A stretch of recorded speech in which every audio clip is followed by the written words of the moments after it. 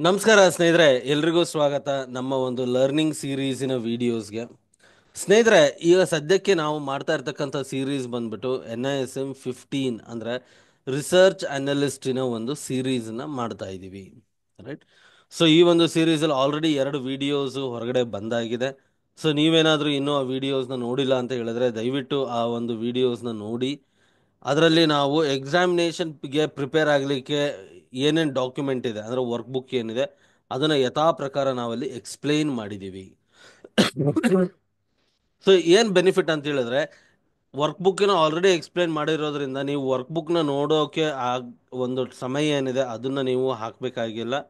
So ಯಾಕೆ ಅಂತ ಹೇಳಿದ್ರೆ ನಾವು ಇದನ್ನಲ್ಲಿ ಆಲ್ರೆಡಿ ಕವರ್ ಮಾಡ್ತಾ ಇದ್ದೀವಿ, ಜೊತೆಯಲ್ಲಿ ಎಕ್ಸ್ಪ್ಲನೇಷನನ್ನು ಕೊಡ್ತಾ ಇದ್ದೀವಿ ಸ್ನೇಹಿತರೆ. ಬನ್ನಿ ಹಾಗಾದರೆ ಇವತ್ತು ನಾವು 2ನೆಯ ಚಾಪ್ಟರಿನ ಬಗ್ಗೆ ತಿಳ್ಕೊಳ್ಳೋಣ. ಸ್ನೇಹಿತರೆ, ಇವತ್ತು ನಮ್ಮ 2ನೆಯ ಚಾಪ್ಟರ್ ಅಂತ ಹೇಳಿದ್ರೆ ಅಂದರೆ 3ನೆಯ ಚಾಪ್ಟರ್, ಸಾರಿ, ಏನು ಅಂತ ಹೇಳಿದ್ರೆ ಈಕ್ವಿಟಿ ಮತ್ತು ಡೆರಿವೇಟಿವ್ಸ್ ಮಾರ್ಕೆಟಿನ ಟರ್ಮಿನಾಲಜೀಸ್ಗಳು ಏನೇನಿದೆ ಅಂತ ಹೇಳಿ, ರೈಟ್. ಸೊ ಈ ಒಂದು ಸಿಲೆಬಸ್, ಈ ಒಂದು ಚಾಪ್ಟರ್ನ ನಾವು ಕವರ್ ಮಾಡಕ್ಕೆ ಹೋಗ್ತಾ ಇರೋದು. ಸೊ ಇವತ್ತಿನ ದಿವಸ ಇಲ್ಲಿ ಲರ್ನಿಂಗ್ ಆಬ್ಜೆಕ್ಟಿವ್ಸ್ ಅಂತ ಹೇಳಿದ್ರೆ ಏನೇನು ಬರ್ತಾ ಇದೆ, ಯಾವ್ಯಾವ ಟರ್ಮಿನಾಲಜೀಸ್ ಇದೆ ಈಕ್ವಿಟಿ ಮಾರ್ಕೆಟಲ್ಲಿ ಅದ್ರ ಬಗ್ಗೆ ಮಾಹಿತಿ ಸಿಗುತ್ತೆ. ಡೆಟ್ ಮಾರ್ಕೆಟಿನ ಟರ್ಮಿನಾಲಜೀಸ್ಗಳ ಬಗ್ಗೆ ಮಾಹಿತಿ ಸಿಗುತ್ತೆ. ಬೇರೆ ಬೇರೆ ಬಾಂಡ್ಗಳು, ಬೇರೆ ವಿಧವಾದ ಬಾಂಡ್ಗಳು ಆಗಿರಲಿ ಹಾಗೂ ಅದರ ಒಂದು ಫೀಚರ್ಸ್ಗಳಾಗಿರಲಿ ಅದರ ಬಗ್ಗೆನೂ ನಿಮಗೆ ಇಲ್ಲಿ ಮಾಹಿತಿ ಸಿಗುತ್ತೆ. ಸೊ ಸ್ನೇಹಿತರೆ, ಈ ಒಂದು ವಿಡಿಯೋ ಏನಿದೆಯಲ್ಲ, ಇದು ಮೊದಲನೆಯ ವಿಡಿಯೋ. 2, 3, 4 ವಿಡಿಯೋಗಳು ಆಗಬಹುದು. ಯಾಕೆ ಅಂತ ಹೇಳಿದ್ರೆ ಚಾಪ್ಟರ್ 3 ಬಂದ್ಬಿಟ್ಟು ತುಂಬ ಇಂಪಾರ್ಟೆಂಟ್ ಚಾಪ್ಟರು, ವೇಟೇಜು ಜಾಸ್ತಿ ಇದೆ, ನಿಧಾನವಾಗಿ ಕಲಿತಕ್ಕಂಥದ್ದು. ನೋಡೋಣ ಬನ್ನಿ ಇದರಲ್ಲಿ ಏನೇನಿದೆ ಅಂತ. Securities market enable investors to deploy their surplus funds in investment instruments that are predefined for the futures issued under regulatory supervisions. ಸ್ವಲ್ಪ ಕೆಮ್ಮಿದೆ, ಅದೇ ಉದ್ದೇಶಕ್ಕೆ ನಾವು ವಿಡಿಯೋಸ್ಗಳು ಮಾಡಿರಲಿಲ್ಲ ಸ್ವಲ್ಪ ದಿವಸದಿಂದ. And in most cases liquid in secured secondary market. There are two broad type of securities that are issued by seekers of capital from investors, equity ಮತ್ತು debt. 2 ರೀತಿಯಾದಂಥ ಇನ್ವೆಸ್ಟ್ಮೆಂಟ್ಗಳು ಬರುತ್ತೆ. ಯಾವುದ್ಯಾವುದು? ಒಂದು ಈಕ್ವಿಟಿ ಇನ್ವೆಸ್ಟ್ಮೆಂಟು, ಇನ್ನೊಂದು ಡೆಟ್ ಇನ್ವೆಸ್ಟ್ಮೆಂಟು. ಈಕ್ವಿಟಿ ಇನ್ವೆಸ್ಟ್ಮೆಂಟ್ ಅಂದರೆ ಯಾವ್ದು ಬರುತ್ತೆ? ಶೇರ್ಗಳಾಗಿರಲಿ ಇವೆಲ್ಲ ಯಾವುದ್ರಲ್ಲಿ ಬರುತ್ತೆ? ಈಕ್ವಿಟಿ ಇನ್ವೆಸ್ಟ್ಮೆಂಟಲ್ಲಿ ಬರುತ್ತೆ. ಡೆಟ್ ಇನ್ಸ್ಟ್ರೂಮೆಂಟಲ್ಲಿ ಯಾವ್ದು ಬರುತ್ತೆ? ಬಾಂಡ್ಗಳು ಡೆಟ್ ಇನ್ಸ್ಟ್ರೂಮೆಂಟಲ್ಲಿ ಬರುತ್ತೆ. ಅದ್ರ ಬಗ್ಗೆ ಒಂದು ಡೀಟೇಲ್ಡ್ ಒಂದು ವಿಡಿಯೋ ಸೀರೀಸನ್ನೇ ನಾವು NISM 12 ಸೀರೀಸ್ ಮಾಡಬೇಕಾದ್ರೆ ಕವರ್ ಮಾಡಿದ್ದೀವಿ. ಈ ಒಂದು ಕ್ಲಾಸಸ್ಸಲ್ಲೂ ಕವರ್ ಮಾಡ್ತೀವಿ. ಸೊ ಇವಾಗ ಸದ್ಯಕ್ಕಿದು, ಮುಂದೆ ಹೋಗ್ತಾ ಹೋಗ್ತಾ ನಾವು ಕಲಿಯೋಣ ಸ್ನೇಹಿತರೆ.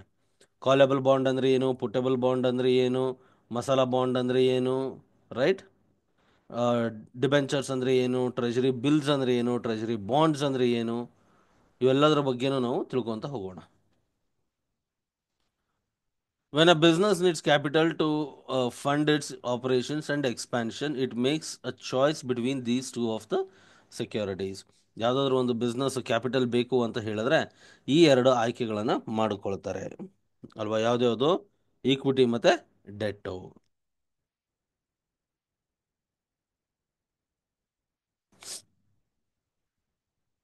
So equity capital is available for the company to use as long as it needed. ಅಂದರೆ ಈಕ್ವಿಟಿ ಅಂದರೆ ಏನು? ಒಂದು ಸರ್ತಿ ಅದನ್ನು ಮಾಲೀಕನ ಹಕ್ಕನ್ನು ಮಾರಿದ್ರು ಅಂತ ಹೇಳಿದ್ರೆ ಅದು ಲೈಫ್ ಲಾಂಗ್ ವಾಪಸ್ ಬರೋದಿಲ್ಲ. ಅದು ಒಬ್ಬ ಮಾಲೀಕರಿಂದ ಇನ್ನೊಬ್ಬರು ಮಾಲೀಕರಿಗೆ ಹಸ್ತಾಂತರ ಆಗ್ತಾ ಹೋಗುತ್ತೆ, ಆದರೆ ಕಂಪ್ನಿಗೆ ವಾಪಸ್ಸು ಕ್ಯಾಪಿಟಲ್ ಅಂದರೆ ಈಕ್ವಿಟಿ ಹೋಗೋದಿಲ್ಲ ಸ್ನೇಹಿತರೆ. ಡೆಟ್ ಆ ರೀತಿ ಆಗೋದಿಲ್ಲ. ಡೆಟ್ಟು ಅಂತ ಹೇಳಿದ್ರೆ ಸಾಲ. ಸಾಲ ಏನಾಗುತ್ತೆ ಅಂದರೆ ಕೆಲವೊಂದು ಕಾಲಾವಧಿಯ ನಂತರ ವಾಪಸ್ ಕೊಡಬೇಕಾಗತ್ತೆ. ಉದಾಹರಣೆಗೆ ಯಾರಾದರೂ ಒಂದು 100 ರೂಪಾಯಿ ಸಾಲವನ್ನು ತೊಗೊಂಡ್ರು ಅಂತ ಹೇಳಿದ್ರೆ ಏನಾಗುತ್ತೆ, ಒಂದಿಷ್ಟು ನಿರ್ದಿಷ್ಟ ಕಾಲದವರೆಗೂ ಸಾಲವನ್ನು ತೊಗೊಂಡಿರ್ತಾರೆ ಅಲ್ವಾ? ಈಗ ನೀವೇ ಯಾವುದಾದ್ರು ಒಂದು EMI ತೊಗೊಂಡಿರ್ತೀರ ಅಥವಾ ಯಾವುದೋ ಒಂದು ಲೋನ್ ಇದೆ ಅಂದರೆ ಏನು, ಅದನ್ನು ವಾಪಸ್ ಕೊಡಬೇಕಾಗತ್ತೆ. ಈಕ್ವಿಟಿಯಲ್ಲಿ ಏನಾಗುತ್ತೆ, ಕಂಪನಿ ಆ ಹಣವನ್ನು ವಾಪಸ್ ಮಾಡಬೇಕಾಗಿರುವುದಿಲ್ಲ, ರೈಟ್. ಅದನ್ನು ಈ ಒಂದು ಪ್ಯಾರಾಗ್ರಾಫಲ್ಲಿ ನಮಗೆ ಹೇಳ್ತಾ ಇದೆ.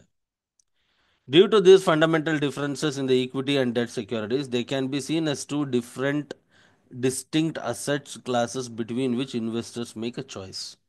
ನೋಡಿ, ಒಂದು ಸಾಲ, ಒಂದು ಈಕ್ವಿಟಿ. ಇವೆರಡು ಬೇರೆ ಬೇರೆ ರೀತಿಯಾಗಿ ವರ್ಕ್ ಆಗೋದ್ರಿಂದ ಇವೆರಡನ್ನು ಬೇರೆ ಬೇರೆ ಹೂಡಿಕೆ ಆಯ್ಕೆಗಳನ್ನಾಗಿ ಮಾಡ್ಕೊಳ್ಳಲಾಗತ್ತೆ. ಯಾಕೆ ಡೆಟ್ಟಲ್ಲಿ ಹಾಕಿದ್ರೆ ಏನಾಗುತ್ತೆ? ಡೆಟ್ಟಲ್ಲಿ ಹಾಕಿದ್ರೆ ನೋಡಿ, ನಿಮಗೆ ಹಣ ಏನಿದೆ ಅದು ರೆಗ್ಯುಲರ್ ರಿಟರ್ನ್ಸ್ ಅನ್ನ ತಂದು ಕೊಡುತ್ತೆ. ಏನು ಮಾಡುತ್ತೆ? ನಿಮ್ಮ ಇನ್ವೆಸ್ಟ್ಮೆಂಟ್ ಏನಿರುತ್ತೆ ರೆಗ್ಯುಲರ್ ರಿಟರ್ನ್ಸ್ ಅನ್ನ ಜನರೇಟ್ ಮಾಡಿಕೊಡುತ್ತೆ. ಈಕ್ವಿಟಿಯಲ್ಲಿ ಏನು ಮಾಡುತ್ತೆ? ರೆಗ್ಯುಲರ್ ರಿಟರ್ನ್ಸ್ ಇರಲ್ಲ, ಸ್ವಲ್ಪ ಏರುಪೇರು ಇರುತ್ತೆ, ಡಿವಿಡೆಂಡ್ಗಳು ಮುಖಾಂತರ, ಆಮೇಲೆ ಪ್ರೈಸ್ ಅಪ್ರಿಷಿಯೇಷನ್ ಮುಖಾಂತರ, ಬೋನಸ್ಗಳು ಮುಖಾಂತರ, ರೈಟ್, ಸ್ಪ್ಲಿಟ್ಸ್ಗಳು ಮುಖಾಂತರ, ಇವೆಲ್ಲ ಏನಾಗ್ತಾ ಇರುತ್ತೆ ಅಂತ ಹೇಳಿದ್ರೆ ಬೇರೆ ಬೇರೆ ರೀತಿಯಾಗಿ ಬೆನಿಫಿಟ್ ಸಿಗ್ತಾ ಇರುತ್ತೆ. ಆದರೆ ಕಂಪ್ಯಾರಿಟಿವ್ಲಿ ಈಕ್ವಿಟಿ ಏನಿರುತ್ತೆ ಸ್ವಲ್ಪ ರಿಸ್ಕಿ ಇರುತ್ತೆ ಕಂಪೇರ್ ಟು ಡೆಟ್ ಇನ್ಸ್ಟ್ರೂಮೆಂಟ್. ಡೆಟ್ಟಲ್ಲಿ ಏನಾಗುತ್ತೆ? ಅಸ್ಲಿಗೆ ಅಸಲು ವಾಪಸ್ ಸಿಗುತ್ತೆ ಅನ್ನೋದೊಂದಿರುತ್ತೆ. ಅದರ ಜೊತೆಯಲ್ಲಿ ನಿಮಗೆ ಬಡ್ಡಿಯನ್ನು ಕೊಡಲಾಗುತ್ತೆ. ಬಡ್ಡಿಯನ್ನು ಏನಂತ ಕರಿತೀವಿ ನಾವು ಡೆಟ್ ಇನ್ಸ್ಟ್ರೂಮೆಂಟಲ್ಲಿ? ಕೂಪನ್ ರೇಟ್ ಅಂತ ಕರಿತೀವಿ. Debt represents a relatively lower risk, steady income oriented investment. It generates a steady rate of return provided the business remains profitable and does not default on its payments. Company profitable ಆಗಿದ್ದು ಅದರ default ಆಗದೇ ಇತ್ತು ಅಂತ ಹೇಳಿದ್ರೆ ನಿಮಗೆ returns regular ಆಗಿ ಸಿಗ್ತಾ ಇರುತ್ತೆ. ಇನ್ನು ಸ್ನೇಹಿತರೆ, ಟರ್ಮಿನಾಲಜೀಸ್ಗಳನ್ನು ಬಳಸ್ತಕ್ಕಂಥದ್ದು. ಫೇಸ್ ವ್ಯಾಲ್ಯೂ ಅಂದರೆ ಏನು? ಮುಖ ಬೆಲೆ ಏನು ಫೇಸ್ ವ್ಯಾಲ್ಯೂ ಅಂತ ಹೇಳಿದ್ರೆ? ನೋಡಿ, ಯಾವುದಾದ್ರೂ ಒಂದು ಕಂಪನಿಯನ್ನು ನೀವು ಸ್ಥಾಪನೆ ಮಾಡಬೇಕು ಅಂತ ಹೇಳಿದ್ರೆ, ಯಾವುದಾದ್ರೂ ಒಂದು ಕಂಪನಿಯನ್ನು ನೀವು ಸ್ಥಾಪನೆ ಮಾಡಬೇಕು ಅಂತ ಹೇಳಿದ್ರೆ ಅದಕ್ಕೆ ಹಣದ ಅವಶ್ಯಕತೆ ಇರುತ್ತೆ ಅಲ್ವಾ? ಅದಕ್ಕೆ ಏನಿರುತ್ತೆ? ಹಣದ ಅವಶ್ಯಕತೆಗಳು ಇರುತ್ತೆ. ಸೊ ಹಣದ ಅವಶ್ಯಕತೆ ಇತ್ತು ಅಂತ ಹೇಳಿದ್ರೆ, ಉದಾಹರಣೆಗೆ ಇವಾಗ ಯಾರೋ ಒಬ್ರು ಒಂದು ಕಂಪ್ನಿಯನ್ನು ಸ್ಟಾರ್ಟ್ ಮಾಡಬೇಕು. ಇನಿಷಿಯಲ್ ಆಗಿ 1 ಲಕ್ಷ ಹೂಡಿಕೆಯನ್ನು ಮಾಡ್ತಾರೆ ಅಂತ ಇಟ್ಕೊಳ್ಳೋಣ. ಸೊ 1 ಲಕ್ಷನ ತೊಗೊಂಬಂದ ನನಗೆ 1 ಲಕ್ಷ ಹಾಕ್ಬಿಟ್ಟೆ ಅಂತ ಹೇಳಿದ್ರೆ ಆಗತ್ತಾ? ಇಲ್ಲ. ನೋಡಿ, ಒಂದು ಪ್ರೈವೇಟ್ ಈಕ್ವಿಟಿ ಆಗಿ ಅಥವಾ ಒಂದು ಪ್ರೈವೇಟ್ ಲಿಮಿಟೆಡ್ ಕಂಪ್ನಿ ಆಗಿರಲಿ ಅಥವಾ ಒಂದು ಪಬ್ಲಿಕ್ ಲಿಮಿಟೆಡ್ ಕಂಪ್ನಿ ಆಗಿರಲಿ, ಇವು ಯಾವುದ್ರ ಮುಖಾಂತರ ಹೋಗುತ್ತೆ? ಇವೆಲ್ಲವೂ ಈಕ್ವಿಟಿಯ ಮುಖಾಂತರನೇ ಹೋಗ್ತಕ್ಕಂಥದ್ದು. ಯಾವುದ್ರ ಮುಖಾಂತರ ಹೋಗುತ್ತೆ? ಈಕ್ವಿಟಿಯ ಮುಖಾಂತರ. ಉದಾಹರಣೆಗೆ ನೀವು 1 ಲಕ್ಷ ರೂಪಾಯಿಯ ಕಂಪನಿ ಅಂತ ಹೇಳಿದ್ರೆ, 1 ಲಕ್ಷ ರೂಪಾಯಿಯ ಕಂಪನಿ ಇದು ಎಷ್ಟು ಶೇರ್ಸ್ಗಳು ಬರುತ್ತೆ ಅಂತ ಹೇಳಿದ್ರೆ ಅದಕ್ಕೆ ಒಂದು ಫೇಸ್ ವ್ಯಾಲ್ಯೂ ಅಂತ ಇರುತ್ತೆ. Face value. ಆ ಫೇಸ್ ವ್ಯಾಲ್ಯೂ ಏನು ಅಂತ ಹೇಳಿದ್ರೆ ಆ ಕಂಪನಿಯ ಒಂದು ಮುಖಬೆಲೆ. ಉದಾಹರಣೆಗೆ 10 ರೂಪಾಯಿ ಇರ್ಬೋದು, 5 ರೂಪಾಯಿ ಇರ್ಬೋದು, 8 ರೂಪಾಯಿ ಇರ್ಬೋದು, 7 ರೂಪಾಯಿ ಇರ್ಬೋದು, 1 ರೂಪಾಯಿ ಇರ್ಬೋದು, 2 ರೂಪಾಯಿ ಇರಬಹುದು. ಈ ರೀತಿಯಾಗಿ ಬೇರೆ ಬೇರೆ ಫೇಸ್ ವ್ಯಾಲ್ಯೂಗಳನ್ನು ಇಲ್ಲಿ ಡಿಸ್ಕ್ರೈಬ್ ಮಾಡಲಾಗುತ್ತೆ. ಯೂಶಲಿ ಕಂಪ್ನಿ ಹೊಸದಾಗಿ ಶುರು ಮಾಡಬೇಕಾದ್ರೆ ಫೇಸ್ ವ್ಯಾಲ್ಯೂ ಯಾವತ್ತಿದ್ರೂ 10 ರೂಪಾಯಿ ಇರುತ್ತೆ. ಸೊ ಇಲ್ಲೇನಾಗಿದೆ ಅಂದರೆ ಫೇಸ್ ವ್ಯಾಲ್ಯೂ 10 ರೂಪಾಯಿ ಅಂತ ಇಟ್ಕೊಳ್ಳಿ. ಸೊ ಇಲ್ಲೇನಾಯಿತು ನೋಡಿ, ಈಕ್ವಿಟಿಯನ್ನು ನಾವು ಫೈಂಡ್ ಔಟ್ ಮಾಡಬೇಕು ಅಂತ ಹೇಳಿದ್ರೆ, ಕಂಪನಿಯ ಈಕ್ವಿಟಿಯನ್ನು ನಾವು ಫೈಂಡ್ ಔಟ್ ಮಾಡಬೇಕು ಅಂತ ಹೇಳಿದ್ರೆ, ಎಷ್ಟು ಶೇರ್ಸ್ಗಳು ಇದ್ದಾವೆ ಅಂತ ನಾವು ಫೈಂಡ್ ಔಟ್ ಮಾಡಬೇಕು ಅಂದರೆ ಏನಾಯಿತು? ಇಲ್ಲೊಂದು ಫಾರ್ಮುಲಾ ಬಂತು. ಏನು? Equity is equal to total investment divided by face value ಅಲ್ವಾ? ಸೊ ಇಲ್ಲಿ 1 ಲಕ್ಷ ರೂಪಾಯಿ ಏನಿದೆ ಇನ್ವೆಸ್ಟ್ಮೆಂಟ್ ಮಾಡಲಾಗಿದೆ ಅಂದ್ರೆ ಇದರ ಅರ್ಥ ಏನು? 1 ಲಕ್ಷ 1 ಲಕ್ಷ ಡಿವೈಡೆಡ್ ಬೈ 10 ರೂಪಾಯಿ ಅಂದ್ರೆ ಇಲ್ಲಿ ಎಷ್ಟು ಶೇರ್ಸ್ಗಳು ಬಂತು?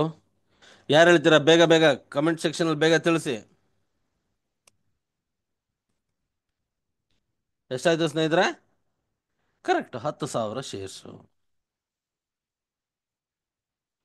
ನೋಡಿ, ನಿಮಗೆ ಎಕ್ಸಾಮ್ ಟೈಮಲ್ಲಿ ಈ ಪ್ರಶ್ನೆ ಕೇಳಬಹುದು. ಒಂದು ಕಂಪನಿಯನ್ನು ಸ್ಟಾರ್ಟ್ ಮಾಡಬೇಕು ಅಂತಿದ್ದಾರೆ, ಅವರು ಹಾಕಿರ್ತಕ್ಕಂತಹ ಒಂದು ಪೇಯ್ಡ್ ಅಪ್ ಕ್ಯಾಪಿಟಲ್ ಅಂತ ಕರಿತೀವಿ ನಾವು. ಏನಂತ ಕರಿತೀವಿ? ನೋಡಿ, ಕಂಪ್ನಿ ಫಾರ್ಮೇಷನ್ ಮಾಡಬೇಕಾದ್ರೆ ಒಂದು ಎರಡು ರೀತಿಯಾದಂಥ ಒಂದು ಕ್ಯಾಪಿಟಲ್ ಬರುತ್ತೆ. ಒಂದು ಪೇಯ್ಡ್ ಅಪ್ ಕ್ಯಾಪಿಟಲು, ಇನ್ನೊಂದು ಅಥರೈಸ್ಡ್ ಕ್ಯಾಪಿಟಲ್. ಏನಿದೆ ಇನ್ನೊಂದು? Authorised capital. ಏನಂತ ಪ್ರಶ್ನೆ ಬರುತ್ತೆ ಅಂತ ಹೇಳಿದ್ರೆ, ಪೇಯ್ಡ್ ಅಪ್ ಕ್ಯಾಪಿಟಲ್ಲು 1 ಲಕ್ಷ ಇದೆ, ಫೇಸ್ ವ್ಯಾಲ್ಯೂ 10 ರೂಪಾಯಿ ಇದೆ. ಸೊ ಎಷ್ಟು ಈಕ್ವಿಟಿಗಳು ಇರುತ್ತೆ ಹಾಗಾದರೆ ಕಂಪನಿಯಲ್ಲಿ ಅಂತ ಹೇಳಿದ್ರೆ ಎಷ್ಟು ಆನ್ಸರು? 10,000 ಈಕ್ವಿಟಿಗಳಿದೆ.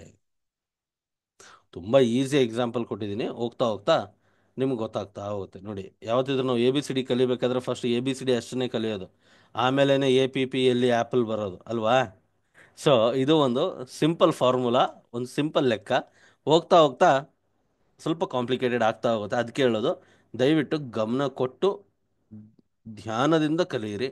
ಆಮೇಲೆ ಫಾರ್ಮುಲಾಸ್ಗಳನ್ನು ಎಲ್ಲಾದರೂ ಒಂದು ಕಡೆ ನೋಟ್ ಡೌನ್ ಮಾಡ್ತಾ ಹೋಗಿ. ಫಾರ್ಮುಲಾಗಳನ್ನು ಏನು ಮಾಡಿ ಎಲ್ಲಾದರೂ ಒಂದು ಕಡೆ ನೋಟ್ ಡೌನ್ ಮಾಡ್ತಾ ಹೋಗಿ.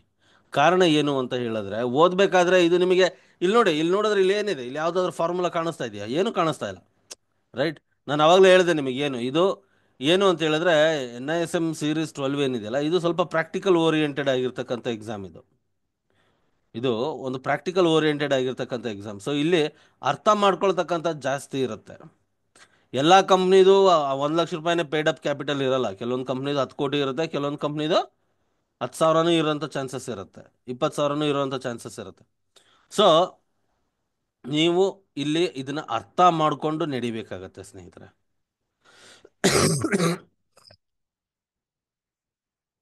ಬನ್ನಿ ಇವಾಗ ಡಾಕ್ಯುಮೆಂಟ್ ಏನನ್ನ ಹೇಳುತ್ತೆ ಅಂತ ತಿಳ್ಕೊಳ್ಳೋಣ. ಮತ್ತು ನಿಮಗೇನಾದರೂ ಪ್ರಶ್ನೆ ಇದ್ರೆ ದಯವಿಟ್ಟು ಕಮೆಂಟ್ ಸೆಕ್ಷನಲ್ಲಿ ತಿಳಿಸಿ. The normal price of a share is known as its face value. The nominal price of the share is known as its face value. The equity capital of the company is calculated by multiplying number of shares issued by the face value. ಅಲ್ವಾ? ನಿಮಗೆ ಇಲ್ಲಿ ಇನ್ನೊಂದು ರೀತಿಯಾದಂತಹ ಪ್ರಶ್ನೆನೂ ಬರಬಹುದು ಎಕ್ಸಾಮಲ್ಲಿ. ಏನು ಅಂತ ಹೇಳಿದ್ರೆ, ನೋಡ್ರಿ, ನಾವು ಅವಾಗಲೇ ನೋಡಿದ್ವಿ. ಏನು ಅಂತ ಹೇಳಿದ್ರೆ, equity is equal to total investment, ಅಂದರೆ paid up capital divided by face value. ಇವಾಗ ಏನು ಕೊಡ್ತಾರೆ ನಿಮಗೇನು ಕೊಡ್ಬೋದು ಅವರು? ಫೇಸ್ ವ್ಯಾಲ್ಯೂ ಕೊಡ್ಬೋದು. ಫೇಸ್ ವ್ಯಾಲ್ಯೂ ಎಷ್ಟು ಕೊಡ್ಬೋದು? 5 ರೂಪಾಯಿ ಕೊಡ್ಬೋದು. ಈಕ್ವಿಟಿ ಎಷ್ಟಿದಾವೆ ಅಂತ ಕೇಳ್ಬೋದು. ಈಕ್ವಿಟಿ ನಿಮಗೆ ಇಲ್ಲೊಂದು 10,300 ಈಕ್ವಿಟಿ ಇದಾವೆ ಅಂತ ತಿಳ್ಕೊಳ್ಳೋಣ.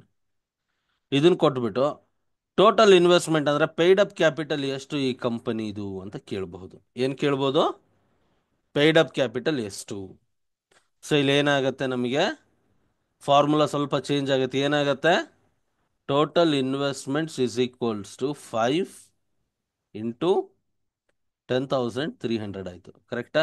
ಯಾಕೆ ಇಲ್ಲಿ ನೋಡಿ, ಡಿನಾಮಿನೇಟರ್ನ ನಾವು ರೈಟ್ ಸೈಡಿಗೆ ತೊಗೊಂಬರ್ತೀವಿ ಅಂತ ಹೇಳಿದ್ರೆ ಏನಾಯ್ತು ಇಲ್ಲಿ? ಇದು ಮಲ್ಟಿಪ್ಲಿಕೇಶನ್ ಆಯಿತು. ಸೊ ಇದೇನಾಯಿತು? 10,300 ಇಂಟು 5 ರೂಪಾಯಿ ಫೇಸ್ ವ್ಯಾಲ್ಯೂ. ಸೊ ಆನ್ಸರ್ ಎಷ್ಟು ಬಂತು? ಎಷ್ಟಾಯಿತು ಪೇಡ್ ಅಪ್ ಕ್ಯಾಪಿಟಲ್ ನಂದು? ಟೋಟಲ್ ಇನ್ವೆಸ್ಟ್ಮೆಂಟ್ ಎಷ್ಟಾಯಿತು? 51,500 ರೂಪಾಯಿ ಆಯಿತು. 10,300 ಇಂಟು 5, 10,300 ಶೇರ್ಸು, ಫೇಸ್ ವ್ಯಾಲ್ಯೂ 5 ರೂಪಾಯಿ. ಸೊ ನನ್ನ ಪೇಡ್ ಅಪ್ ಕ್ಯಾಪಿಟಲ್ ಎಷ್ಟಾಯಿತು? 51,500 ರೂಪಾಯಿ ಆಯಿತು, ರೈಟ್? ಸೊ ಈ ರೀತಿಯಾಗಿ ಪ್ರಶ್ನೆಗಳನ್ನು ಟ್ವಿಸ್ಟ್ ಮಾಡಿ ಮಾಡಿ ಕೇಳ್ತಾನೆ ಸ್ನೇಹಿತರೆ. ಎಕ್ಸಾಮಲ್ಲಿ ಕೇಳಬೇಕಾದ್ರೆ ಪ್ರಶ್ನೆಗಳನ್ನು ಟ್ವಿಸ್ಟ್ ಮಾಡಿ ಮಾಡಿ ಕೇಳ್ತಕ್ಕಂಥ ಸಾಧ್ಯತೆ ಜಾಸ್ತಿ ಇರುತ್ತೆ. ಹಾಗಾಗಿ ಇದನ್ನು ಅರ್ಥ ಮಾಡ್ಕೊಳ್ಳಿ, ಕಂಪ್ಲೀಟಾಗಿ ಇದನ್ನು ಅರ್ಥ ಮಾಡ್ಕೊಳ್ಳಿ. ಅದಕ್ಕೆ ಹೇಳಿದ್ದು ನಾನು, ಕಾನ್ಸೆಪ್ಟಿನ ಜೊತೆಯಲ್ಲಿ ಫಾರ್ಮುಲಾನು very important.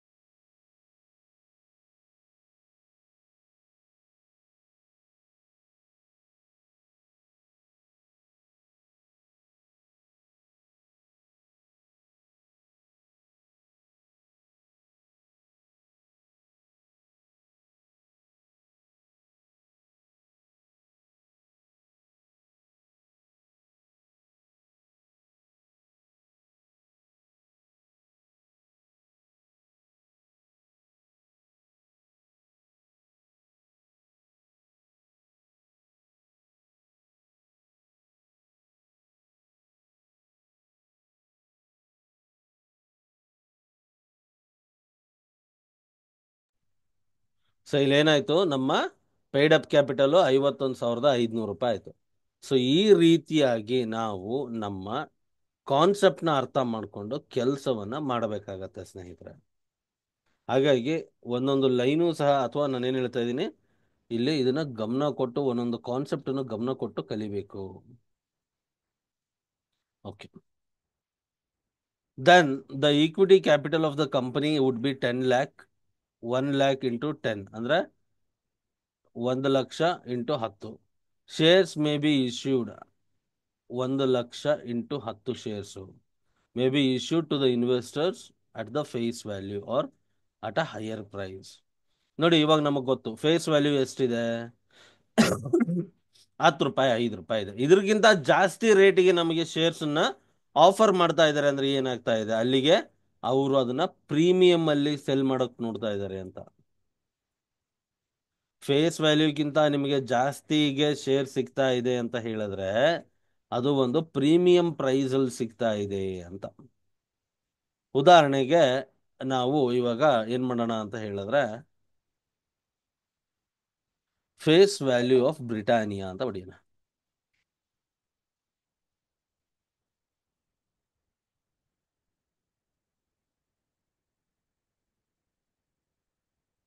Face value of Britannia shares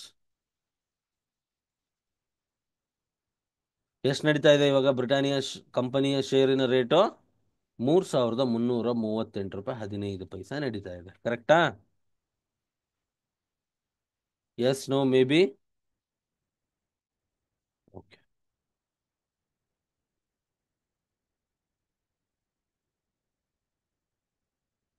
ಇಲ್ಲಿ ನಾವು ಫೇಸ್ ವ್ಯಾಲ್ಯೂನ ನೋಡೋದಕ್ಕೆ ಪ್ರಯತ್ನವನ್ನು ಪಡೋಣ.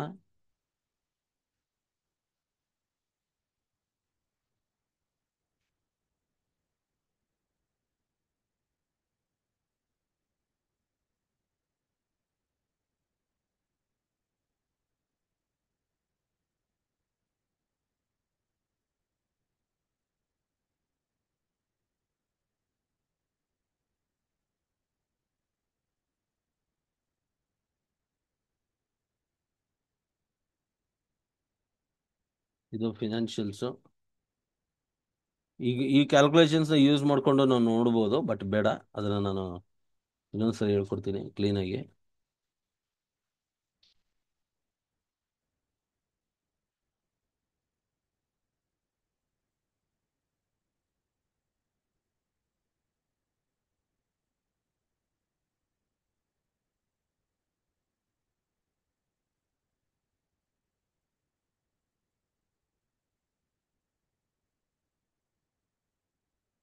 ಅದಕ್ಕೆ ಅನ್ನೋದು ಗೂಗಲ್ ಬೆಸ್ಟ್ ಬ್ರೌಸರ್ ಅಂತ. ಸರ್ಚ್ ಇಂಜಿನ್ ಅಂದ್ರೆ ಯಾಕೆ ಅಂದ್ರೆ ಇದೇ ಉದ್ದೇಶಕ್ಕೆ.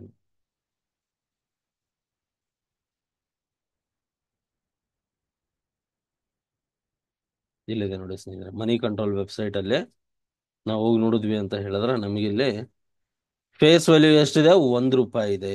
ಎಷ್ಟಿದೆ ಫೇಸ್ ವ್ಯಾಲ್ಯೂ? ಹಾ. ಅಂದ್ರೆ ನೀವು ಮಾರ್ಕೆಟ್ ಅಲ್ಲಿ 1 ರೂಪಾಯಿಯ ಶೇರ್ ಅನ್ನ, 1 ರೂಪಾಯಿ ಮುಖಬೆಲೆ ಉಳ್ಳಂತ ಶೇರ್ ಅನ್ನ ಎಷ್ಟು ಕೊಟ್ಟು ಖರೀದಿ ಮಾಡ್ತಾ ಇದೀವಿ ನಾವು? 6,338 ರೂಪಾಯಿ 15 ಪೈಸವನ್ನು ಕೊಟ್ಟು ನಾವು ಒಂದು ಶೇರ್ ಅನ್ನ ಖರೀದಿ ಮಾಡ್ಲಿಕ್ಕೆ ಪ್ರಯತ್ನವನ್ನ ಪಡ್ತಾ ಇದ್ದೀವಿ. ನಿಮ್ಗೆ ಡಿವಿಡೆಂಡ್ ಕೊಡ್ತಾರಲ್ಲ, ಡಿವಿಡೆಂಡ್ ಕೊಡ್ಬೇಕಾದ್ರೆ ಯಾವತ್ತಿದ್ರು ಫೇಸ್ ವ್ಯಾಲ್ಯೂವಿನ ಆಧಾರದ ಮೇಲೆನೆ ನಮಗೆ ಡಿವಿಡೆಂಡ್ ಪೇಔಟ್ ಆಗ್ತಕ್ಕಂಥದ್ದು. ಕ್ಲಿಯರ್?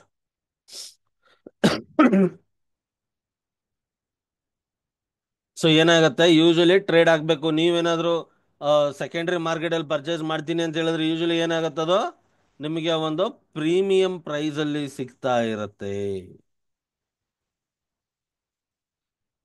ಫೇಸ್ ವ್ಯಾಲ್ಯೂಗಿಂತ ಕಡಿಮೆ ರೇಟ್ ಅಲ್ಲಿ ಟ್ರೇಡ್ ಆಗ್ತಾ ಇದೆ ಅಂತ ಹೇಳಿದ್ರೆ ಅದಕ್ಕೆ ಏನಂತ ಕರಿತೀವಿ ನಾವು? ಡಿಸ್ಕೌಂಟ್ ಆಗಿದೆ. ಫೇಸ್ ವ್ಯಾಲ್ಯೂಗಿಂತಾನು ಡಿಸ್ಕೌಂಟ್ ಆಗಿದೆ ಅಂತ ಕರಿತೀವಿ ಬೆಲೆನ.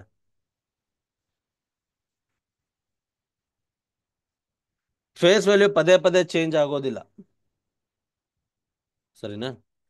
Face value of a company share do not usually change unless the company decides to split or consolidate its shares. In such cases, the face value of the company would reduce in the case of split. ಒಂದು ವೇಳೆ 1:5 split ಆಯಿತು ಅಂದರೆ 1/5 shares split ಆಯಿತು ಅಂತ ಹೇಳಿದ್ರೆ, initial ಮುಖಬೆಲೆ face value 10 ರೂಪಾಯಿ ಇತ್ತು ಅಂತ ಹೇಳಿದ್ರೆ ಆ ಕಂಪನಿಯ ಶೇರಿಂದು, ಆಮೇಲೆ ಏನಾಗುತ್ತೆ, 2 ರೂಪಾಯಿ ಮುಖಬೆಲೆ ಉಳ್ಳಂತಹ ಶೇರ್ಸ್ಗಳಾಗತ್ತೆ.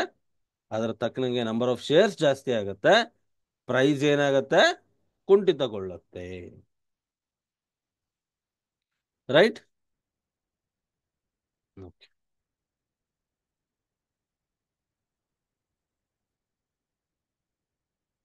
ಒಂದು ವೇಳೆ ಬಹಳ ಶೇರ್ಸ್ಗಳಿದಾವೆ, ನಾವು ಅದನ್ನ ಮರ್ಜ್ ಮಾಡ್ತೀವಿ, ಕ್ಲಬ್ ಮಾಡ್ತೀವಿ ಅಂದ್ರೆ ಏನಾಗುತ್ತೆ, ಶೇರಿನ ಬೆಲೆ ಇದ್ದಕ್ಕಿದ್ದಂಗೆ ಸ್ಪೈಕ್ ಆಗತ್ತೆ.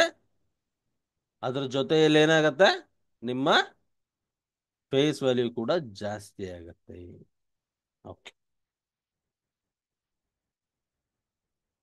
The face value of the share is important to calculate the dividend payable on the share.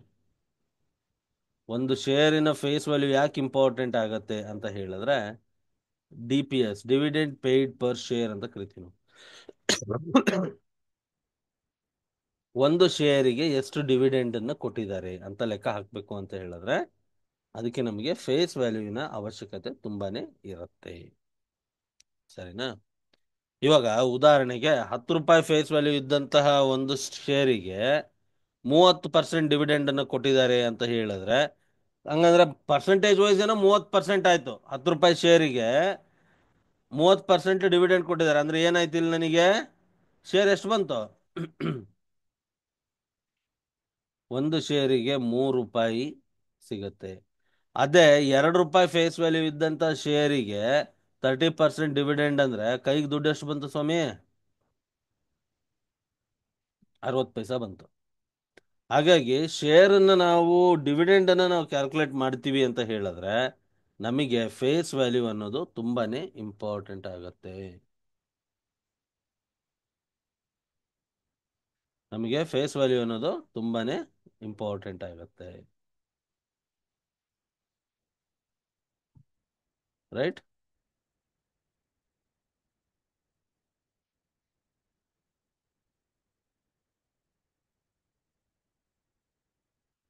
ಪರೀಕ್ಷೆಯಲ್ಲಿ ಈ ರೀತಿನೂ ಪ್ರಶ್ನೆ ಬರುತ್ತೆ. ಏನು, ಕಂಪನಿಯ 10 ರೂಪಾಯಿ ಫೇಸ್ ವ್ಯಾಲ್ಯೂ ಇದ್ದಂತಹ ಒಂದು ಕಂಪನಿಗೆ 3 ರೂಪಾಯಿ ಡಿವಿಡೆಂಡ್ ಅನ್ನು ಕೊಟ್ಟಿದ್ದಾರೆ, ಎಷ್ಟು ಪರ್ಸೆಂಟ್ ಡಿವಿಡೆಂಡ್ ಸಿಕ್ಕಂಗಾಯ್ತು ಹೇಳಿ ಅಂತಾನು ಹೇಳ್ತಾರೆ. ಅಥವಾ 10 ರೂಪಾಯಿ ಫೇಸ್ ವ್ಯಾಲ್ಯೂಗೆ 30% ಡಿವಿಡೆಂಡ್ ಅಂತ ಹೇಳಿದ್ರೆ, ಒಂದು ಶೇರಿಗೆ ಎಷ್ಟು DPS ಅಂದ್ರೆ ಡಿವಿಡೆಂಡ್ ಪರ್ ಶೇರ್ ಎಷ್ಟು ಬಂತು ಅದನ್ನ ಹೇಳಿ ಅಂತ ಹೇಳ್ತಾರೆ. ಸರಿನಾ?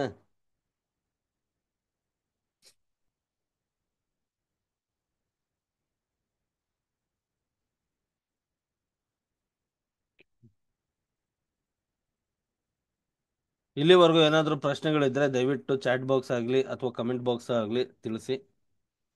ಇನ್ನು ನೆಕ್ಸ್ಟ್ ಬರ್ತಕ್ಕಂಥದ್ದು ಬುಕ್ ವ್ಯಾಲ್ಯೂ. ಏನಿದು ಬುಕ್ ವ್ಯಾಲ್ಯೂ ಅಂತ ಹೇಳಿದ್ರೆ, book value of the company is nothing but a net worth of the company. Book value of the company ಅಂದ್ರೆ ಏನು, ಕಂಪನಿಯ ನೆಟ್ವರ್ತ್ ಏನಿದೆ. 10 ವರ್ಷದ ಹಿಂದೆ ಕಂಪನಿ 10 ಲಕ್ಷ ರೂಪಾಯಿ ಹಾಕಿ ಶುರು ಮಾಡಿದ್ರೆ, ಇವತ್ತು ಆ ಕಂಪನಿಯ ಬೆಲೆ ಎಷ್ಟಿದೆ, ಎಷ್ಟು ಹೊಸ ಮೆಷಿನರೀಸ್ಗಳು ಖರೀದಿ ಆಗಿದಾವೆ, ರೈಟ್? ಬಿಸ್ನೆಸ್ ಟ್ರಾನ್ಸಾಕ್ಷನ್ ಹೆಂಗ್ ಹೋಗ್ತಾ ಇದೆ, ಟರ್ನ್ ಓವರ್ ಹೆಂಗ್ ನಡೀತಾ ಇದೆ, ಎಲ್ಲವೂ ಜಾಸ್ತಿ ಆಗಿರುತ್ತಲ್ವಾ.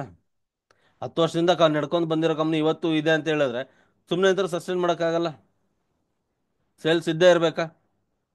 ಸೊ ಯಾವ ಹಾಗಾದ್ರೆ ಏನೇನಾಗಿದೆ, ಕಂಪನಿಯ ನೆಟ್ವರ್ತ್ ಏನಾಗಿದೆ, ಸಾಲ ತಗೊಂಡಿದ್ರೆ ಎಷ್ಟು ಸಾಲ ಬಂದಿದೆ, ಅವೆಲ್ಲವೂ ಎಲ್ಲಿ ಬರುತ್ತೆ ನಮಗೆ, ಬುಕ್ ವ್ಯಾಲ್ಯೂ ಅಲ್ಲಿ ಗೊತ್ತಾಗತ್ತೆ. ಬುಕ್ ವ್ಯಾಲ್ಯೂ ಅಂತ ಹೇಳ್ತೀವಲ್ಲ ನಾವು,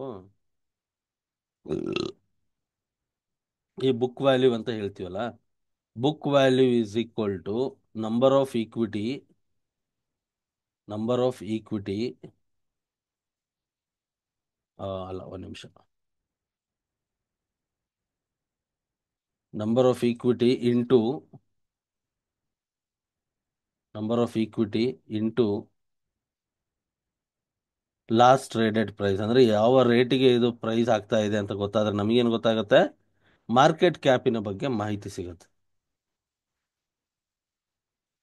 ಮಾರ್ಕೆಟ್ ಕ್ಯಾಪಿಟಲೈಸೇಷನ್ ಅನ್ನೋದು ಏನಿದೆ ಅಂತ ಹೇಳಿ.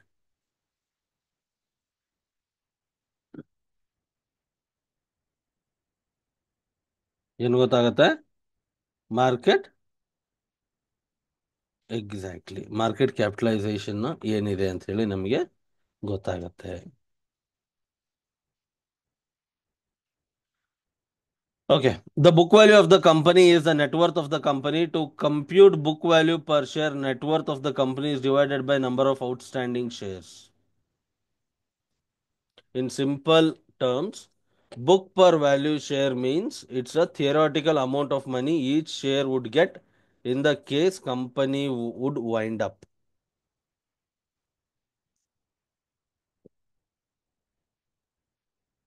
ಬುಕ್ ವ್ಯಾಲ್ಯೂ ಅಂದ್ರೆ ಏನು? ಒಂದು ಕಂಪನಿ ವೈಂಡ್ ಅಪ್ ಆಯ್ತು ಅಂತ ಹೇಳಿದ್ರೆ ಎಷ್ಟು ಅಮೌಂಟ್ ಅವ್ರಿಗೆ ಸಿಗುತ್ತೆ ಅಂತ ಹೇಳೋದು ಯಾವುದು? ಈಗ ನೋಡಿ, ಒಂದು 10,000 ರೂಪಾಯಿ ಹೂಡಿಕೆ ಇದೆ ಅಂತ ಹೇಳಿದ್ರೆ, ಸರಿನಾ? ಇದು ಆ 10,000 ಡಿವೈಡೆಡ್ ಬೈ 10 ರೂಪಾಯಿ ಅಂದ್ರೆ 1,000 ಶೇರ್ಸ್ ಆಯ್ತು. 1,000 ಈಕ್ವಿಟಿ ಆಯ್ತು, 10,000 ಪೇಡ್ ಅಪ್ ಕ್ಯಾಪಿಟಲ್ ಆಯ್ತು. ಇವಾಗ ಇದು ಬೆಳೆದು ಬೆಳೆದು ಏನಾಗಿದೆ? 30,000 ಆಗಿದೆ. ಬುಕ್ ವ್ಯಾಲ್ಯೂ ಏನಾಗಿರುತ್ತೆ? ಫೇಸ್ ವ್ಯಾಲ್ಯೂ ಇವಾಗಲೂ 10 ರೂಪಾಯಿನೇ ಇರುತ್ತೆ, ಬಟ್ ಬುಕ್ ವ್ಯಾಲ್ಯೂ ಏನಾಗಿರುತ್ತೆ? ಜಾಸ್ತಿ ಹೋಗಿರುತ್ತೆ. ಬುಕ್ ವ್ಯಾಲ್ಯೂ ಇಲ್ಲಿ ಏನಾಗಿರುತ್ತೆ ಅಂತ ಹೇಳಿದ್ರೆ, ಉದಾಹರಣೆಗೆ 30 ಆಗಿದೆ ಅಂತ ತಿಳ್ಕೊಳ್ಳೋಣ. 30 ಇಂಟು 1000 ಎಷ್ಟಾಯ್ತು? 30,000 ಆಯ್ತು, ಕರೆಕ್ಟಾ? ಅಂದ್ರೆ ಒಬ್ಬೊಬ್ಬ ಶೇರ್ ಹೋಲ್ಡರಿಗೆ ಇವಾಗ ಕಂಪ್ನಿ ಕ್ಲೋಸ್ ಆಯ್ತು ಅಂತ ಹೇಳಿದ್ರು ಎಷ್ಟು ಸಿಗುತ್ತೆ ಅವರಿಗೆ? 30 ರೂಪಾಯಿ ಸಿಗುತ್ತೆ. ಇನಿಷಿಯಲ್ ಫೇಸ್ ವ್ಯಾಲ್ಯೂ ಎಷ್ಟಿತ್ತು? 10 rupees ಇತ್ತು. ಹೌದಾ?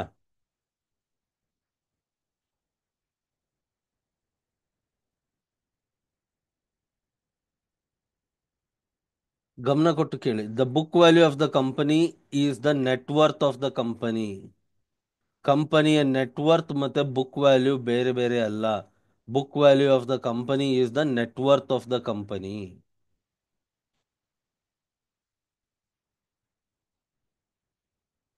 ಸರಿನಾ? To compute book per share net worth of the company ಅಂದ್ರೆ ಬುಕ್ ವ್ಯಾಲ್ಯೂ ಪರ್ ಶೇರ್ ನಮಗೆ ಬೇಕು ಅಂತ ಹೇಳಿದ್ರೆ, ಬುಕ್ ವ್ಯಾಲ್ಯೂ ಪರ್ ಶೇರ್ ನಮಗೆ ಬೇಕು ಅಂತ ಹೇಳಿದ್ರೆ ಏನ್ ಮಾಡಬೇಕು? ಏನಿದ್ರ ಅರ್ಥ?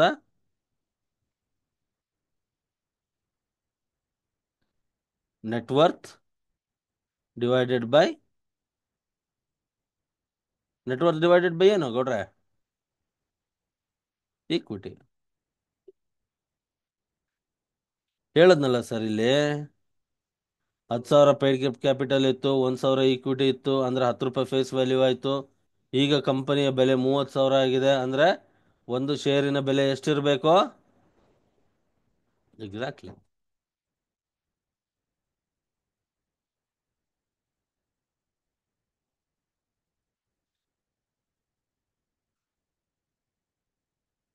On the left hand side of the balance sheet, there are primarily two things: share capital and debt. These, the asset of the company, are listed in the balance sheet as its book value. I repeat, I repeat. ಇದು exam ಅಲ್ಲಿ ಪ್ರಶ್ನೆಗಳನ್ನ ಅಥವಾ balance sheet ನ read ಮಾಡೋದಕ್ಕೆ ತುಂಬಾ important ಆಗುತ್ತೆ. The assets of the company are listed in the balance sheet as its book value.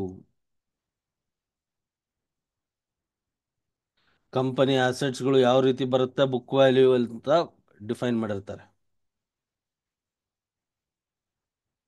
Balance sheet ಅಲ್ಲಿ, ಕರೆಕ್ಟಾ? Okay. That is cost less depreciation. Depreciation less ಆಗದೆ ಇರ್ತಕ್ಕಂಥದ್ದು, cost less depreciation. The realizable value of these assets may be different from book value and is never known with certainty. If it is assumed that each of the assets on the balance sheet may be converted into cash as its book value. Then, after fully honoring the business liabilities, each equivalent to net worth equity pulse reverse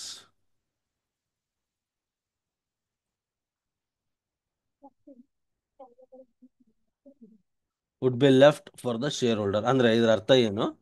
ಯಾರ್ಯಾರಿಗೆ ಏನೇನು ಕೊಡಬೇಕಿದೆ ಎಲ್ಲವನ್ನು ಕೊಟ್ಟು profit ಇಂದ ಯಾರ್ಯಾರಿಗೆ ಏನೇನು ಕೊಡಬೇಕಿದೆ ಎಲ್ಲವನ್ನು ಕೊಟ್ಟರು ಸಹ ಏನೇನು ಕ್ಯಾಪಿಟಲ್ ಉಳಿಯುತ್ತೆ ಜನರ ಹತ್ರ ಆ ಒಂದು ಅಮೌಂಟ್ ಆಗಿರುತ್ತೆ.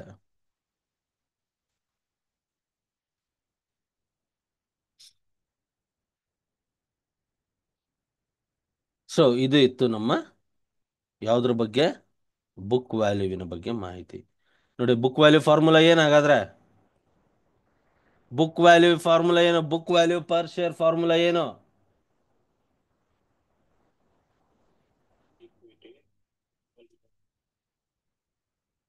ಹ್ಮ್ ನೆಟ್ ವರ್ತ್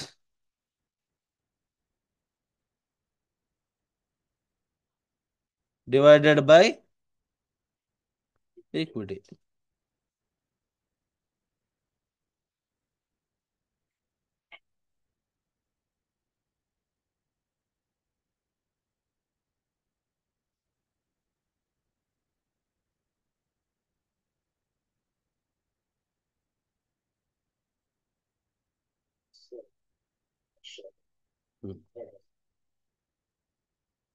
ಸೊ ಈ ಒಂದು ಫಾರ್ಮುಲಾವನ್ನು ನಾವಲ್ಲಿ ಯೂಸ್ ಮಾಡ್ತೀವಿ. ನೋಡಿ ಎಕ್ಸಾಮಲ್ಲಿ ನಿಮಗೆ ಟ್ವಿಸ್ಟ್ ಮಾಡಬಹುದು. ಅವಾಗಲೇ ನಾವು ಏನು ನೋಡಿದ್ವಿ? ಫೇಸ್ ವ್ಯಾಲ್ಯೂನ ಬಗ್ಗೆ ತಿಳ್ಕೊಂಡ್ವಿ. ಇವಾಗ ಏನು ನೋಡ್ತಾ ಇದೀವಿ? ನಾವು ಬುಕ್ ವ್ಯಾಲ್ಯೂನ ಬಗ್ಗೆ ತಿಳ್ಕೊತಾ ಇದ್ವಿ. ಫೇಸ್ ವ್ಯಾಲ್ಯೂ ಫಾರ್ಮುಲಾ ಏನು ಹಾಗಾದ್ರೆ? ಫೇಸ್ ವ್ಯಾಲ್ಯೂನ ಫಾರ್ಮುಲಾ ಏನು ಹಾಗಾದ್ರೆ? Total investment divided by face value, ಹೌದಾ? ಸಾರಿ, ಡಿವೈಡೆಡ್ ಬೈ, ಹಾ,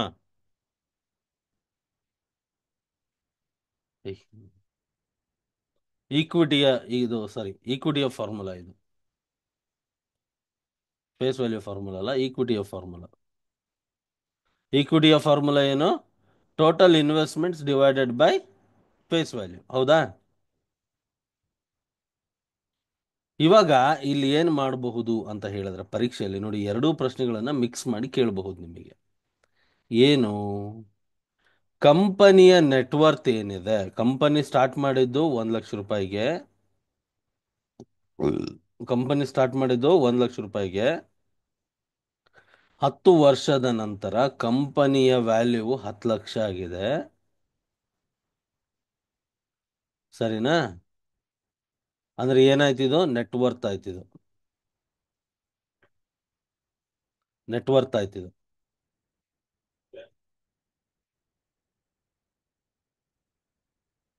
ಸರಿನಾ? ಫೇಸ್ ವ್ಯಾಲ್ಯೂ ಬಂದ್ಬಿಟ್ಟು 10 ರೂಪಾಯಿ ಇರ್ತಕ್ಕಂತಹದ್ದು.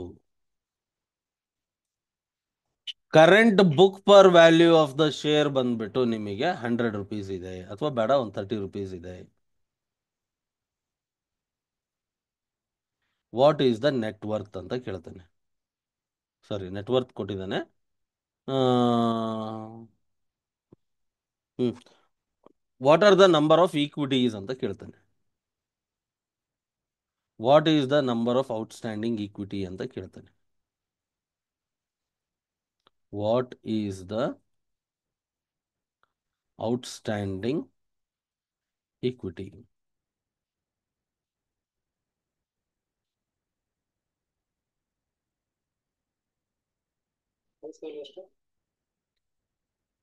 ಫೇಸ್ ವ್ಯಾಲ್ಯೂ 10 ರೂಪಾಯಿ. ಅಂದ್ರೆ ಏನ್ ಮಾಡ್ಬೇಕು ನಾವು ಅಲ್ಲಿ? ಫಸ್ಟ್ ಈ ಫಾರ್ಮುಲಾನ ಯೂಸ್ ಮಾಡ್ಬೇಕು. ಯಾವುದು? Equity is equal to total investment by face value ಮಾಡಬೇಕು. ಸೊ ಅದು ಮಾಡಿದ್ರೆ ಏನಾಯ್ತಿಲ್ಲ ನಮಗೆ? ಈಕ್ವಿಟಿ ಎಷ್ಟಿದೆ? ಈಕ್ವಿಟಿ ನಮಗೆ ಗೊತ್ತಿಲ್ಲ. ಈಕ್ವಿಟಿ ಏನಿದೆ ಇದು ನನಗೆ ಕ್ವಶನ್ ಮಾರ್ಕ್ ಇದು, ಅಲ್ವಾ? ಟೋಟಲ್ ಇನ್ವೆಸ್ಟ್ಮೆಂಟ್, ಇನಿಷಿಯಲ್ ಇನ್ವೆಸ್ಟ್ಮೆಂಟ್ ಎಷ್ಟಿತ್ತು? Paid up capital 1 lakh. ಇಲ್ಲೇನಾಯ್ತು? ಫೇಸ್ ವ್ಯಾಲ್ಯೂ 10 ರೂಪಾಯಿ. ಆನ್ಸರ್ ಎಷ್ಟು ಬಂತು? ಈಕ್ವಿಟಿ ಎಷ್ಟು ಈಕ್ವಿಟಿ ಬಂತು ನನಗೆ? 10,000 ಈಕ್ವಿಟಿ ಬಂತು. ಸೊ ಇವಾಗ ನಾವಿಲ್ಲಿ ಏನ್ ಮಾಡ್ತೀವಿ ಅಂತ ಹೇಳಿದ್ರೆ, ಇವಾಗ ನಾವಿಲ್ಲಿ ಏನು ಮಾಡ್ತೀವಿ ಅಂತ ಹೇಳಿದ್ರೆ, ಬಿ ಪಿ ವಿ ಅಂದರೆ ಬುಕ್ ವ್ಯಾಲ್ಯೂ ಪರ್ ಶೇರ್ ಅನ್ನ ತೆಗಿಯೋಣ ಇವಾಗ. ಸೊ ಇಲ್ಲೇನಾಯ್ತು, ನಮಗೇನು ಗೊತ್ತಾಯ್ತು, ಕಂಪನಿಯ ನೆಟ್ವರ್ತ್ ಎಷ್ಟಿದೆ? 10 lakh divided by 10,000 shares. Book value per share ಎಷ್ಟಿದೆ ಇಲ್ಲಿ ಇವಾಗ? ಎಷ್ಟಿದೆ? 10 ಲಕ್ಷ. 1,000, 10,000, ಲಕ್ಷ, ದಶಲಕ್ಷ.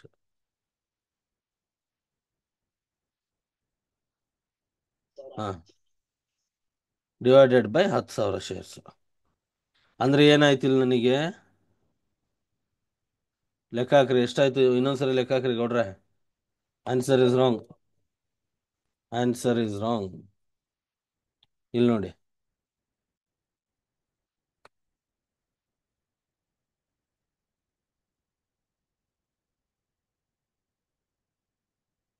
ಏನಾಯ್ತಿಲ್ಲ? 10 ಲಕ್ಷ. ಕರೆಕ್ಟಾ? 10,000, ಲಕ್ಷ, ದಶಲಕ್ಷ. ಡಿವೈಡೆಡ್ ಬೈ ಎಷ್ಟು number of shares? 10,000.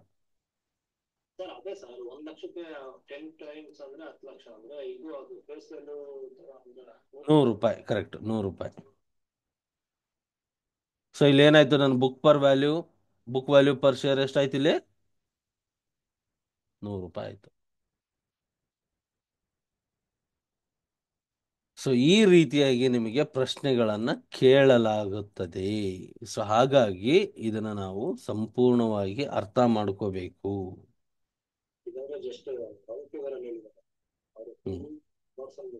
Exactly, exactly. ನೋಡಿ, ಯಾಕೆ ಒಂದೊಂದು ಕಾನ್ಸೆಪ್ಟ್ ಇಂಪಾರ್ಟೆಂಟು. ನೋಡಿ, ಫೇಸ್ ವ್ಯಾಲ್ಯೂ ಅಂದ್ರೆ ಏನು? ನಾವು ಸುಮಾರು ಕಡೆ ನೋಡಿರ್ತೀವಿ. ಫೇಸ್ ವ್ಯಾಲ್ಯೂ ಅಂತ ಹೇಳಿದ್ರೆ ಮುಖ ಬೆಲೆ, ಮುಗಿದಲ್ಲಿಗೆ. ಆ ಮುಖ ಬೆಲೆಯನ್ನ ಉಳಿಸ್ಕೊಂಡು ನಾವು ಬುಕ್ ಪರ್ ಶೇರ್ ವ್ಯಾಲ್ಯೂನ ಹೆಂಗ್ ತೆಗಿಬೇಕು? ಯಾಕೆ ತೆಗಿಬೇಕು? ಬುಕ್ ವ್ಯಾಲ್ಯೂ ಪರ್ ಶೇರ್ ಯಾಕೆ ಬೇಕು ನನಗೆ? ಕಂಪ್ನಿ ಡಿಸಾಲ್ವ್ ಆಯ್ತು ಅಂತ ಹೇಳಿದ್ರೆ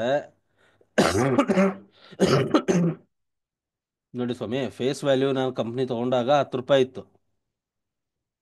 ಇವಾಗ ನನಗೆ ಪ್ರೀಮಿಯಂ ಅಲ್ಲಿ ಸಿಗ್ತಾ ಇದೆ, 50 ರೂಪಾಯಿಗೆ ಸಿಗ್ತಾ ಇದೆ. ಬೇಡ 110 ರೂಪಾಯಿ, ಬೇಡ 150 ರೂಪಾಯಿ ಸಿಗ್ತಾ ಇದೆ ಅಂತ ತಿಳ್ಕೊಳ್ಳೋಣ. ಅವಾಗಲೇ ನೋಡಿದ ಪುಸ್ತಕದ ಪ್ರಕಾರ ಈ ಸ್ಟೇಜ್ ಅಲ್ಲಿ ಕಂಪ್ನಿ ಒಂದ್ ವೇಳೆ ಡಿಸಾಲ್ವ್ ಆದ್ರೆ ನನಗೆ ಎಷ್ಟು ಸಿಗತ್ತೆ?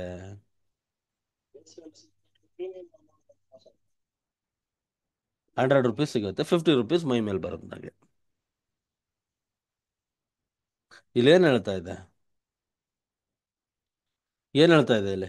Book value of the company outstanding shares. In simple terms, book value share means theoretically amount of each would get in the case the company was to wind up. Company close ಆಗ್ಬೇಕಾದ ಸಂದರ್ಭದಲ್ಲಿ ನನಗೆ ಎಷ್ಟು ಸಿಗುತ್ತೆ ಇಲ್ಲಿ? ದೋ face value is 10 rupees, ನಾನು 150 ರೂಪಾಯಿ invest ಕೇಳಿದ್ರು ಅಂದ್ರೆ ಇಲ್ಲಿ ನನ್ನ ರಿಸ್ಕ್ ಎಷ್ಟಿದೆ?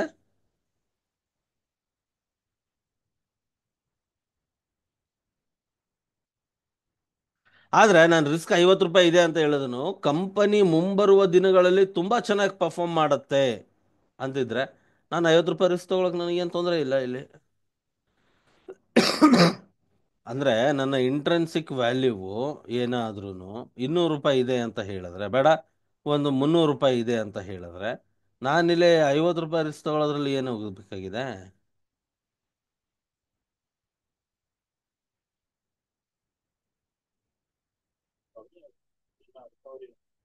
ಎಕ್ಸಾಕ್ಟ್ಲಿ. ಸೊ ಈ ರೀತಿಯಾಗಿ ಇಲ್ಲಿ ಯೋಚನೆ ಮಾಡೋದಕ್ಕೆ ನಮಗೆ ಈ ಒಂದು ಮೆಥಡ್ಸ್ಗಳು ಅಥವಾ ಈ ಒಂದು ಮಾಹಿತಿಗಳು ತುಂಬಾನೇ ಅನಿವಾರ್ಯವಾಗಿ ತಿಳ್ಕೊಬೇಕೇ ಬೇಕಾಗತ್ತೆ.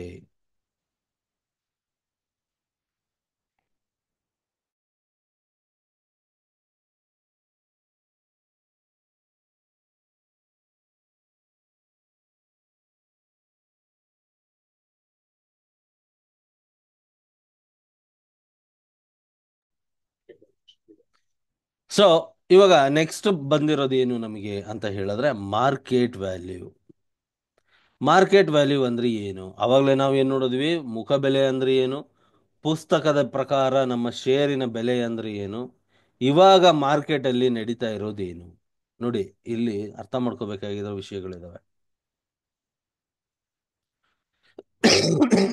ಒಂದೊಂದಾಗಿ ಬಿಡಿಸ್ಕೊಂತ ಹೇಳ್ತಾ ಹೇಳ್ತಾ ಅದನ್ನ ಹೆಣಿತಾ ಹೋಗ್ತಾ ಇದ್ದೀನಿ. ತುಂಬಾ ಮಾಹಿತಿ ನಿಮಗೆ ಇಲ್ಲಿ ಸಿಗೋದಿದೆ. ಫೇಸ್ ವ್ಯಾಲ್ಯೂ ನಂದೆಷ್ಟು? ಕಂಪ್ನಿ ಶುರುವಾದಾಗ ಶೇರನ್ನು ತಗೊಂಡಿದ್ರೆ 10 ರೂಪಾಯಿ. ಆದರೆ 10 ವರ್ಷದ ನಂತರ ಬುಕ್ ವ್ಯಾಲ್ಯೂ ಪರ್ ಶೇರ್ ಏನಾಗಿದೆ?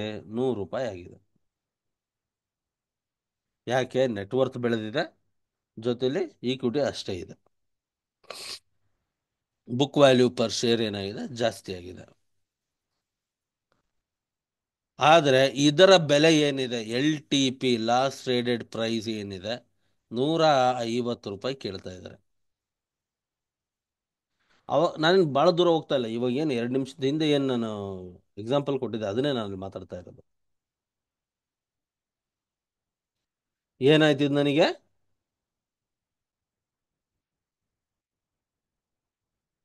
ಲಾಸ್ಟ್ ಟ್ರೇಡೆಡ್ ಪ್ರೈಸ್ ಬಂದ್ಬಿಟ್ಟು 150 ರೂಪಾಯಿ ಇದೆ ಅಂತ ತಿಳ್ಕೊಳ್ಳೋಣ. ಬನ್ನಿ, ಇವಾಗ ಏನಾಗುತ್ತೆ ನೋಡೋಣ.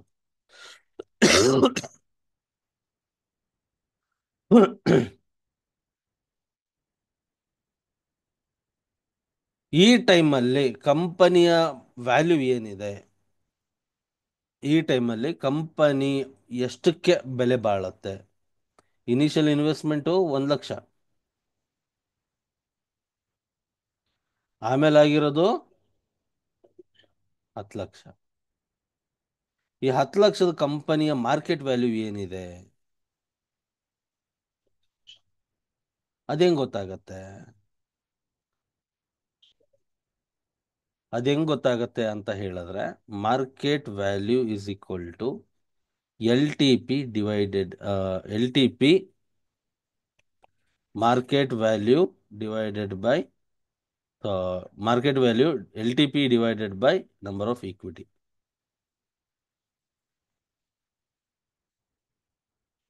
ಇಲ್ಲಿ ನೋಡೋಣ ಬನ್ನಿ ಏನ್ ಹೇಳುತ್ತೆ. This is the market price of the share. ಒಂದು ಶೇರಿನ LTP, last traded price. The market value of the entire equity of the company is termed as market capitalization. Sorry, market value is nothing but a market capitalization. ಈ LTP ಅನ್ನೋದು ಏನಿದೆ, ಇದು market value, current market value of the share.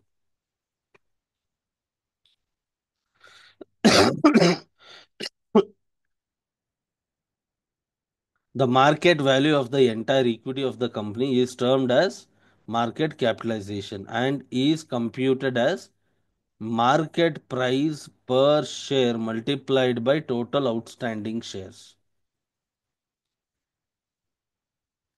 ನೋಡಿ, ನಾನು ಇಲ್ಲಿ formula ತಪ್ಪು ಬರ್ದೆ.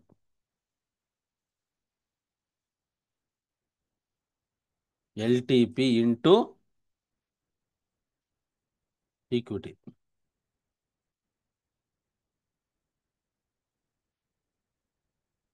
ಏನ್ ಹೇಳ್ತಾ ಇದೆ ಇಲ್ಲಿ? ಕಾನ್ಸೆಪ್ಟ್ ಅರ್ಥ ಆಗ್ಬೇಕು ಅನ್ನೋದು ಇದೇ ಉದ್ದೇಶಕ್ಕೇನೆ. ಬರೀ ಫಾರ್ಮುಲಾಗಳನ್ನ ಗಟ್ಟಿ ಹೊಡ್ಕೊಂಡು ಕೂತ್ಕೊಂಡ್ರಲ್ಲ, ಕಾನ್ಸೆಪ್ಟ್ ಅರ್ಥ ಆಗ್ಬೇಕು ಅನ್ನೋದು ಇದೇ ಉದ್ದೇಶಕ್ಕೇನೆ. The market value of the entire equity of the company is termed as market capitalization and is compound as market price, LTP, current last traded price, into number of outstanding shares, that is total equity. ಇದೇನಾಗುತ್ತೆ? ನನಗೆ market capitalisation ಅನ್ನ ತಂದು ಕೊಡುತ್ತೆ.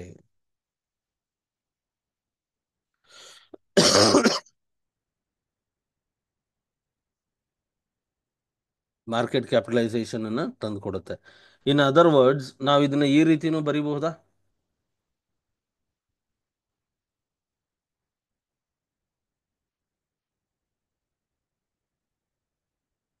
ಸರಿ, market capitalisation ಕೆಳಗೆ ಬರಬೇಕು, ಮೇಲ್ ಬರಬೇಕು, LTP ಕೆಳಗೆ ಬರಬೇಕು.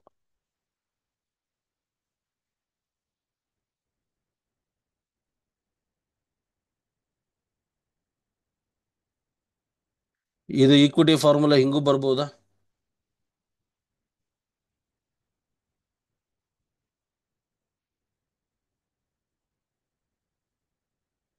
ನಿಮಗೆ ಪ್ರಶ್ನೆಯಲ್ಲಿ ಕೇಳಬಹುದು, ಮಾರ್ಕೆಟ್ ಕ್ಯಾಪಿಟಲೈಸೇಷನ್ ಏನಿದೆ 20 ಲಕ್ಷ ಇದೆ. ಮಾರ್ಕೆಟ್ ಕ್ಯಾಪಿಟಲೈಸೇಷನ್ 20 ಲಕ್ಷ ಇದೆ. ಈಕ್ವಿಟಿ ಬಂದ್ಬಿಟ್ಟು 30,000 ಇದೆ. ಕರೆಂಟ್ ಮಾರ್ಕೆಟ್ ಪ್ರೈಸ್ ಎಷ್ಟು? ಈಕ್ವಿಟಿ ಬಂದು 30,000 ಇದೆ. ಕರೆಂಟ್ ಈಕ್ವಿಟಿ ಪ್ರೈಸ್ ಎಷ್ಟು ಅಂತ ಕೇಳಬಹುದು.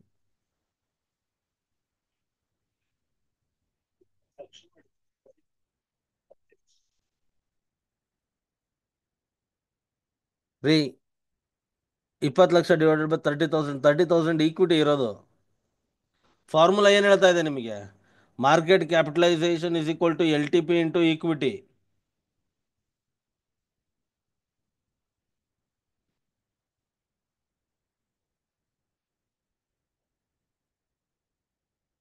ಮಾರ್ಕೆಟ್ ಕ್ಯಾಪಿಟಲೈಸೇಷನ್ ಎಷ್ಟಿದೆ ನಿಮ್ಮ ಹತ್ರ? 20 ಲಕ್ಷ ಇದೆ, ಕರೆಕ್ಟಾ? ಇಸ್ ಈಕ್ವಲ್ ಟು LTP ನಮಗೆ ಬೇಕಾಗಿರೋದು ಇಂಟು ನಂಬರ್ ಆಫ್ ಶೇರ್ಸ್ ಎಷ್ಟಿದೆ? 30,000 ಇದೆ. ಅಂದ್ರೆ ಏನಾಗ್ಬೇಕು ಇಲ್ಲಿ ಮಲ್ಟಿಪ್ಲಿಕೇಶನ್ ಅಲ್ಲಿ ಇರೋದು ಇಲ್ಲಿ ಕೆಳಗಡೆ ಬಂದ್ರೆ ಏನಾಗತ್ತೆ? ಡಿನಾಮಿನೇಟರ್ ಆಗತ್ತೆ, ಕರೆಕ್ಟಾ? 20 lakh divided by 30,000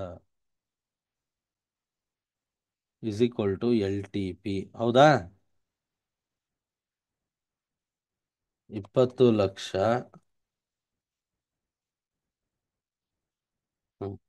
divided by 30,000 ಎಷ್ಟಾಯ್ತು? ಎಕ್ಸಾಕ್ಟ್ಲಿ. ಸೊ LTP ಇಸ್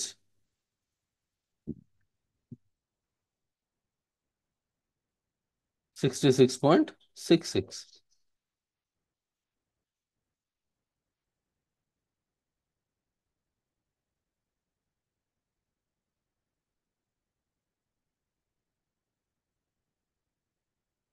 ಅಥವಾ ನಿಮಗೆ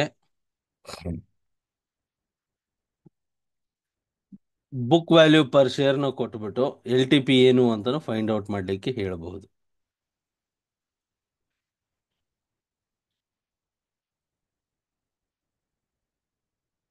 ಅವಾಗ ಏನಾಗುತ್ತೆ? ಇನ್ನೊಂದು ಫಾರ್ಮುಲಾ ಎಕ್ಸ್ಟ್ರಾ ಆಗುತ್ತೆ, ರೈಟ್?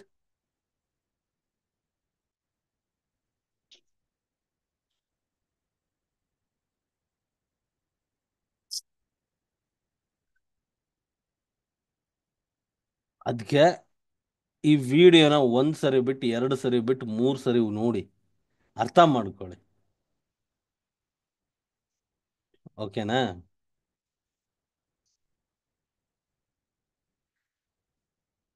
ವಿಡಿಯೋನ 1 ಸರಿ ಬಿಟ್ಟು 2 ಸರಿ ಬಿಟ್ಟು 3 ಸರಿ ನೋಡಿ, ಅರ್ಥ ಆಗೋವರೆಗೂ ನೋಡಿ. ನಾನೇನು ಹೇಳಿದೆ? ಬರೀ ನಾನಿಲ್ಲಿ ಬುಕ್ ಓದ್ಕೊಂಡು ಹೋಗಲ್ಲ. ಇಲ್ಲಿ ಹೆಂಗೆ ಹೆಣಿತಾರೆ ಅನ್ನೋದನ್ನು ಎಕ್ಸ್ಪ್ಲೇನ್ ಮಾಡ್ತಾ ಹೋಗ್ತಾ ಇದ್ದೀನಿ ನಾನು, right? So which is very important. So ಒಂದೊಂದು ಪದಗಳು, ಒಂದೊಂದು ಅಕ್ಷರಗಳು, ಒಂದೊಂದು ಇನ್ಫಾರ್ಮೇಶನ್ ತುಂಬಾನೇ ಇಂಪಾರ್ಟೆಂಟ್ ಆಗಿದೆ ಸ್ನೇಹಿತರೆ. ಒಂದು ವೇಳೆ ನೀವೇನಾದ್ರೂ ಮಾರ್ಕೆಟಲ್ಲಿ ಕಲಿಬೇಕು, ಬಿಸ್ನೆಸ್ಸಲ್ಲಿ ತಿಳ್ಕೋಬೇಕು, ಅಥವಾ ಈ ಒಂದು NISM 15 ಎಕ್ಸಾಮನ್ನು ಬರಿಬೇಕು ಅಂತಿದ್ರೆ ಇವೆಲ್ಲವೂ ನಿಮಗೆ ಅರ್ಥ ಮಾಡ್ಕೊಳ್ಳೇಬೇಕಾದಂತಹ ಮಾಹಿತಿಗಳು. ದಯವಿಟ್ಟು ದಯವಿಟ್ಟು ದಯವಿಟ್ಟು ಅರ್ಥ ಮಾಡ್ಕೊಳ್ಳಿ. ಅದರ ಅರ್ಥ ಏನು ಅರ್ಥ ಮಾಡ್ಕೊಳ್ಳಿ. ಒಂದೊಂದು ಪ್ಯಾರಾಗ್ರಾಫ್ನು ನೋಡಿ, ಓದಿ, ಅರ್ಥ ಮಾಡ್ಕೊಳ್ಳಿ. ನೋಡಿ, ಒಂದೊಂದು ಪ್ಯಾರಾಗ್ರಾಫ್ ಓದ್ಕೊಂಡು ಹೋದ್ರೆ ಇದು ಏನು ಅನ್ಸುತ್ತೆ ನನಗೆ? ಜಸ್ಟ್ ಅ ಪ್ಯಾರಾಗ್ರಾಫ್ ಅಲ್ವಾ? ಮಾರ್ಕೆಟ್ ವ್ಯಾಲ್ಯೂ ಅಂದ್ರೆ ಏನು? ಆದ್ರೆ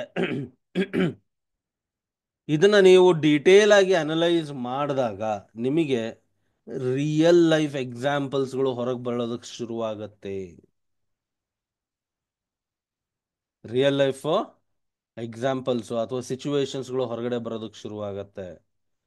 ಪ್ರೊಬ್ಯಾಬಿಲಿಟಿ ಕ್ವಶನ್ಸ್ ಕೇಳಬಹುದಾದಂತಹ ಪ್ರೊಬ್ಯಾಬಿಲಿಟಿಗಳು ಹೊರಗಡೆ ಬರೋದಕ್ಕೆ ಶುರುವಾಗತ್ತೆ. ಅದಕ್ಕೆ ವಿಡಿಯೋನ 1 ಸರಿ ಬಿಟ್ಟು 2 ಸರಿ ಬಿಟ್ಟು 3 ಸರಿ ಬಿಟ್ಟು 4 ಸರಿ ತಿಳ್ಕೊಳ್ರಿ. ಎಲ್ಲೂ ಹೋಗಲ್ಲ, ವಿಡಿಯೋ ಪ್ಲೇ ಲಿಸ್ಟಲ್ಲೇ ಇರುತ್ತೆ.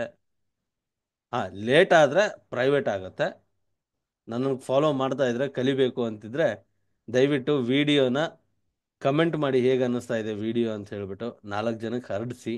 ನನಗೆ ಲೈಕ್ಸ್ಗಳು ಬರಬೇಕು, ಕಂಟಿನ್ಯೂಸ್ ಆಗಿ ಬಂತು ಅಂತ ಹೇಳಿದ್ರೆ ನಾವು ಎಫರ್ಟ್ ಹಾಕೋದಕ್ಕೆ ಆ, ನಾವು ಒಂದು ಪ್ರಯತ್ನ ಪಟ್ಟಿದ್ದಕ್ಕೆ ಒಂದು ಏನಂತ ಕರಿತೀವಿ ನಾವು, ಒಂದು ಪ್ರತಿಫಲ ಬಂತು ಅಂತ ಹೇಳಿದ್ರೆ ಡೆಫಿನೆಟ್ಲಿ ನಾವು ಇದನ್ನು ಲಾಂಗ್ ರನ್ನಲ್ಲಿ ಕಂಟಿನ್ಯೂ ಮಾಡಬಹುದು.